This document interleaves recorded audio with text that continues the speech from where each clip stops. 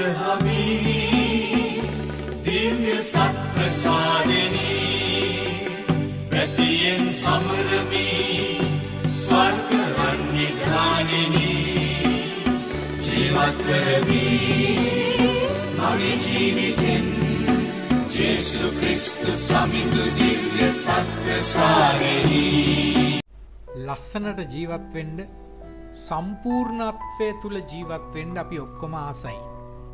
ඉතින් සම්පූර්ණත්වයේ ජීවත් වෙන්න නම් අම්මේ තාත්තේ දුවේ පුතේ අපි ආස කරන දේවල් අපිට තියෙන්න ඕනේ. ආස කරන දේවල් අපිට ලබා ගන්න නම් මේ වෙනකොට ලෝකේ සල්ලි කියන දේවල් අනිවාර්ය අංගයක් බවට පත් වෙලා.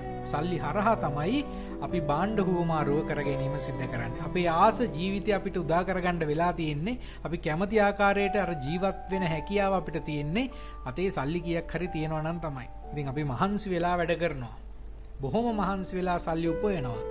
එයි අපිට අවශ්‍ය ලස්සන ජීවිතය ගන්න හින්දා. අපි හිතමු අපිට සල්ලිත් තියෙනවා. මහන්සි වෙලා වැඩ කරලා ඒක උපයා ගන්නවා. අපිට ආස ඔක්කොම දේවල් තියෙනවා. හැබැයි අපිට කෑම නැහැ. වතුර ටික නැහැ. හුස්ම ගන්න ඕන කරන වාතය ටික නැහැ. මොකද සිද්ධ වෙන්නේ? අනිත් හැමදේම තිබුණත් ලොකු ප්‍රමාණ වලින් අනිත් දේවල් තිබ්බත් පොඩි ප්‍රමාණ වලින් හරි කණ්ඩ දෙයක් නැතෝ ගියොතින් බොණ්ඩ වතුර ටිකක් නැතෝ ගියොතින් අපි මැරෙනවා. නිකම් මරණයක් නෙමෙයි. බොහොම වේදනාව විඳලා තමයි මේ මරණයට මුහුණ දෙන්න සිද්ධ වෙන්නේ. හුස්ම ගන්න වාතය නැතෝ ගියොතින් වෙන හුස්ම හිර වෙලා මැරෙන්නේ. කණ්ඩ නැතෝ ගියොතින් කුසගින්නේ පෙලිලා මැරෙන්නේ. වතුර ටිකක් නැතුව ගියොතින් පිපාසයේ අපි බොහොම අමාරුවෙන් තමයි මැරෙන්න අපිට සිද්ධ වෙන්නේ. වේදනාකාරී මරණයකට මුහුණ දෙන්න සිද්ධ වෙනවා. ඉතින් අපි දන්නවා අම්මේ තාත්තේ දුවේ පුතේ අනිත් හැමදේම ලොකු ප්‍රමාණ වලින් අපිට ගන්න පුළුවන්කම තිබුණත් පොඩි ප්‍රමාණ වලින් හරි කණ්ඩ දෙයකුයි බොණ්ඩ වතුර ටිකයි ඕනේ අපිට. ඉතින් අපි මේ ටික තමයි මූලික අංග ලෙස අපේ ජීවිතයට ඇතුල් කරගන්නේ. කෑමයි වතුර ටිකකුයි බොණ්ඩ. අපි හිතමු මේ දේවලුත් අපිට තියෙනවයි කියලා.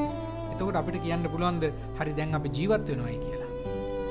හේතුව තමයි අම්මේ තාත්තේ දුවේ පුතේ අද දිවස ප්‍රසාද මංගල්‍ය දවසේ පළවෙනි කීම ඇතුලේ දෙවියන් වහන්සේ අපිට කියනවා මිනිසා ජීවත් වන්නේ කෑමෙන් පමණක් නොව දෙවියන් වහන්සේගේ මුවින් නික්මෙන සිළු වචන වලින් බව අපිට මතක් කරනවා. එතකොට මෙතන කෑම අවශ්‍යයි. කෑම නැතුව කියලා කියන්නේ නැහැ. කෑමෙන් පමණක් නොව. එතකොට කෑම අරගෙන විද්‍යාත්මකව අපි ඒ ජීවත් වෙනවට වඩා වැඩි ජීවිතයක් දෙවියන් වහන්සේගේ මුවින් නික්මෙන වචනයත් එකතු වුණාම එතෙන්ට තියෙනවායි කියලා මතක් කරනවා. කියන්නේ කෑම අරගෙන අපි විද්‍යාත්මකව ජීවත් වෙනවට වඩා ලස්සනට, වඩාත් හොඳට, වඩාත් සාර්ථකව දේව වචනයත් එකතු වුණාම මේ ඇඟට, මේ ශරීරයට සම්පූර්ණ ජීවිතයක් ඇති වෙනවායි කියලා. මොකද්ද මේ තෝර ජීවිත දෙකක්ද? සමහරවිට අම්මේ තාත්තේ දේව පුතේ කෑම බීම ටික අරගෙන අපිට සාමාන්‍ය ආකාරයේ ජීවිතයක් ගත කරන්න පුළුවන්. හැබැයි මොකද්ද මේ දේව වචනය අපේ ඇඟට ඇතුළු වුණාම වෙන්නේ? අපේ දේව වචනයෙන් අපේ හිත ශක්තිමත් වුණාම වෙන්නේ මොකද? අපි නිකන් ජීවත් වෙලා මැරලා යනවට වඩා සිහි බුද්ධියෙන් ජීවත් වෙනවා මිනිසු බවට පත් වෙනවා. සිහිබත් බුද්ධියෙන්. මොකද්ද මේ සිහි බුද්ධියෙන් ජීවත් වෙනවයි කියන්නේ? හරි වැරද්ද තේරුම් අරගෙන ජීවත් වෙන අය. දේව වචන ඇතුලේ අපිට හැම වෙලාවෙම පෙන්වා දෙන්නේ හරි දේත් වැරදි දේත් තමයි තාත්තේ. හරි දේත් වැරදි දේත්. එතකොට මෙන්න මේ දැනුම ඇතිකමත් එක්ක ජීවත් වෙනකොට තමයි අපි කියන්නේ හරියට අපි ජීවත් වුණා. අපිට හැමදේම තිබුණට අපි ඇත්තටම හරියට ජීවත් වෙන්නේ ඒ තියෙන දේවල් පාවිච්චි කරන්න දන්නවද නැද්ද කියන දේ මත. දැන් පාපහන්සේ ගිය සතියේ ඔන්න එලි දක්වනවා. කෘතිම බුද්ධිය අපිට කොච්චර පාවිච්චි කරන්න පුළුවන්ද? ඒ වගේම අපිට කොච්චර ඒක පාවිච්චි කිරීම ඇතුලේ අයහපතට අපි වැදිලා යනවද කියලා කතා කරනවා.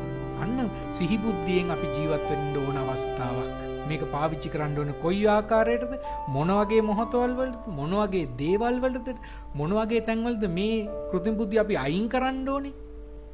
අන්න සිහි බුද්ධියෙන් හිතලා මතලා වැඩ කරන්න ඕන දේවල්.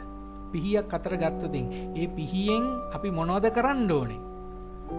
එළවලු ටික කපා ගන්න පුළුවන්, පළතුරු ටිකක් කපා ගන්න පුළුවන්, ගස් කොළන් ටික පොඩ්ඩක් කපලා සුද්ධ කරන්න පුළුවන්. ඒ වගේම ওই පිහියෙන් තවත් කෙනෙක්ට අයනලා මරන්නත් පුළුවන්. ඒ වගේම වෛද්‍යවරයෙක්ට ওই පිහියම පාවිච්චි කරලා ශල්‍ය කර්මයක් කරලා ලෝකෙට යහපත් දේ කරන්නටත් පුළුවන්. සිහිබුද්ධියෙන් අපි ගාව තියෙන බඩු බාහිරාදී සිහිබුද්ධියෙන් අපේ ජීවිතය ජීවත් කරවීම තමයි අම්මේ තාත්තේ දෙපොතේ දේව වචනය ඇතුලේ අපිට සිද්ධ කරන්නේ. ඉතින් දැන් මොකද්ද මේ වචනය? දෙවියන් වහන්සේගේ වචනය. කොහෙද ඒ වචනේ තියෙන්නේ? අපිට දෙවියන් වහන්සේගේ වචනය හම්බ වෙනවා ශුද්ධ සුභාරංචිය ඇතුලේ. ශුද්ධ බයිබලය ඇතුලේ. එතකොට බයිබලය ඇතුලේ දේව වචනය කියලා මොකක්ද අපිට දීලා තියෙන්නේ? නිකම්ම දෙවියන් වහන්සේ කියපු දේවල් ටික ලියලාද? නෑ අම්මේ තාත්තේ දේවපොතේ. විශේෂයෙන් ශුද්ධ සුභාරංචි ටික ගත්තාම දේව වචනය කියලා අපිට තියෙන්නේ ජේසුගේම ජීවිතය.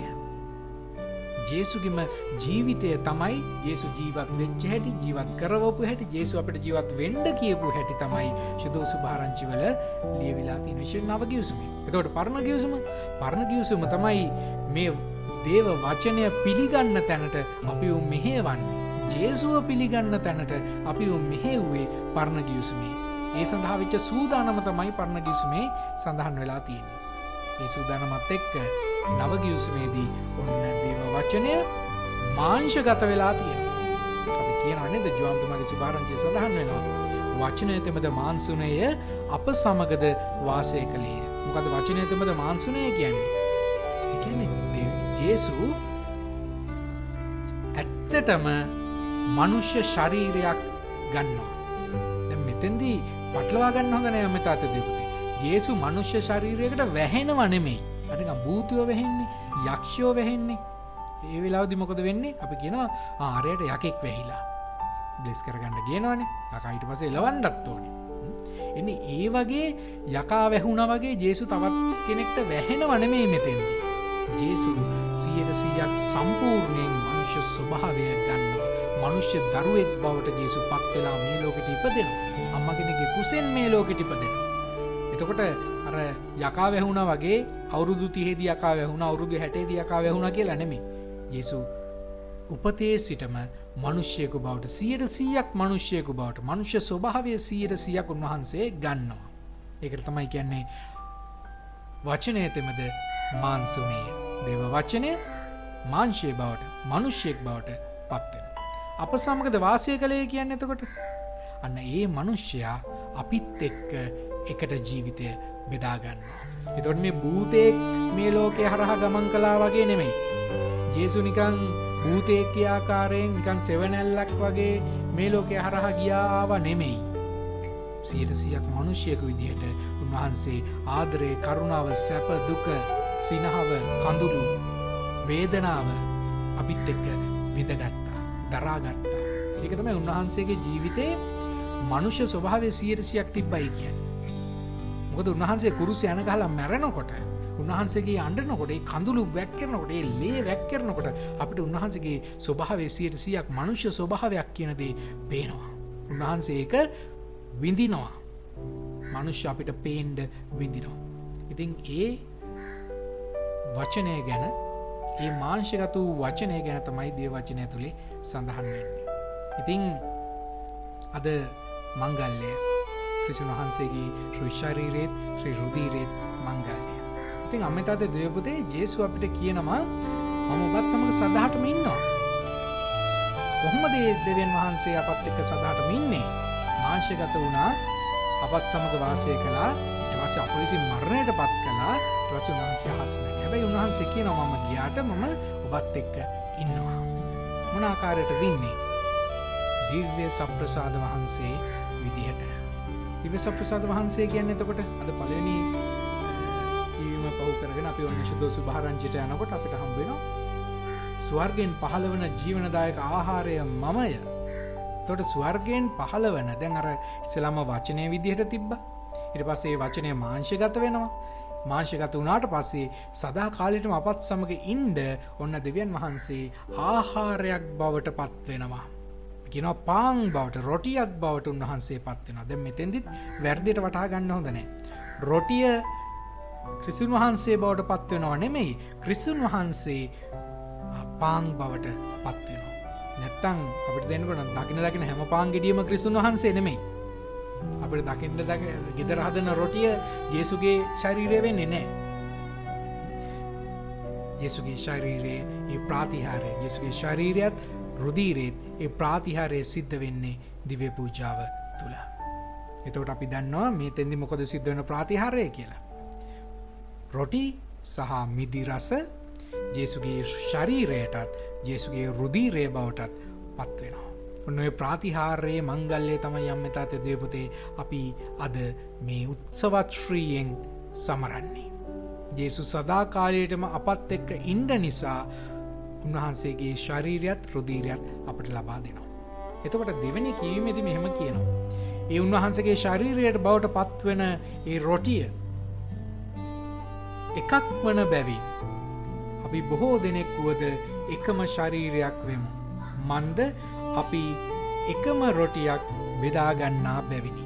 ඉතින් ක්‍රිස්තුන් වහන්සේ ඔන්න උන්වහන්සේගේ ශරීරය අපට ලබා දෙනවා. ඒ ශරීරය කඩලා අපි බෙදා ගන්නවා. අපි ආහාරයට ගන්නවා. එතකොට අර එකම පූපයකින් කැඩිච්ච කොටස් නිසා ඒ කොටස් අපි ආහාරයට ගන්නා නිසා අපිවත් එකම රොටියේ කොටස්කාරයෝ බවට පත් වෙනවා. ඇත්තටම කිව්වොතින් සරලවම කිව්වොතින් ජේසු අපේ ජීවිතවල කොටසක් බවට පත් වෙනවා. ඒක අනිත් පැත්තත් ගන්න පුළුවන්. අපි ජේසුගේ ජීවිතේ කොටස්කාරයෝ බවට පත් වෙනවා.